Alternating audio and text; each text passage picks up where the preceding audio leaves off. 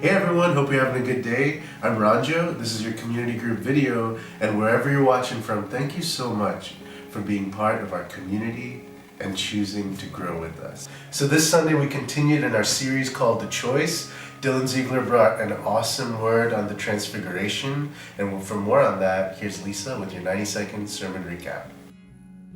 Hey everyone, it's Lisa with your 90-second sermon recap.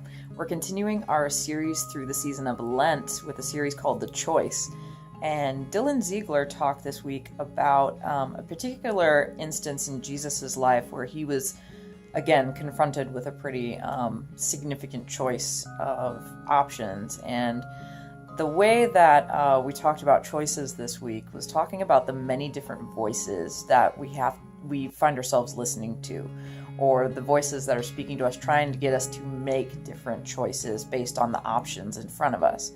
And so we talked about how there's the self voice. The self voice will most of the time be interested in self-preservation and the easiest option possible. It doesn't want to exert itself or go too far, is very interested in comfort. But we've also got the voices of like our parents or friends, or other voices based on other experiences that we've had in life. So what voices are we listening to when we make decisions?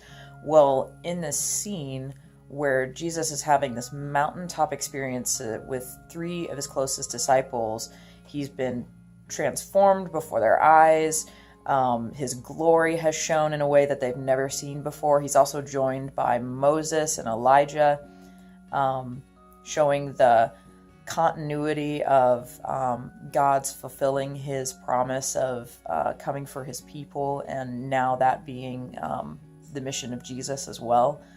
And after this experience, though, Jesus has a very particular choice. He can go on to fulfill his mission of going to Jerusalem to die, or, as Peter tries to get him to do, Peter suggests that they just stay in that setting, that they stay in this great mountaintop experience and just, stay there.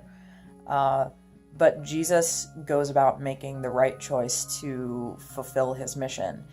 And our big idea for the day was to listen to the voice of Jesus so that you can make choices like Jesus. So when we're listening to all these voices, whether they're external voices, the voices in our head, if Jesus had listened to his self-preservation voice, he probably would have made a very different decision. But he listened to the voice of his Father. And we have that option of also listening to the voice of Jesus in our own lives, helping us make the right choices too. Thanks, Lisa. So this week, Dylan brought the word, and he is going to lead our discussion time. God bless. Hello, my name is Dylan, and I'm here with your questions for the week. Your first question is, how do you experience the voice of God? How do you usually hear the voice of God in your life? Do you hear him as an audible voice, as an internal voice? Do you hear him through family or friends, or through books or music? How do you usually experience the voice of God? Take a couple minutes and share that with your group.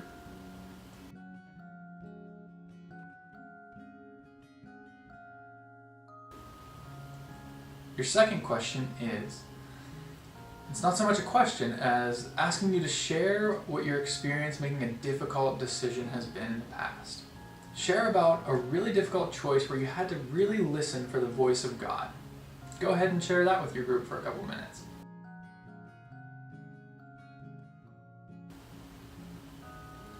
Your last thing is an exercise rather than a question. My challenge to you this week was to practice meditating, practice listening prayer, where you're listening rather than talking to God. So, with your group, practice a meditation together. Choose a topic, a concept, or an attribute of God to focus on for, say, 3 minutes. Do that with your group, sit in silence and listen with your group. And at the end of the exercise, share with one another what you hear from God. Thanks.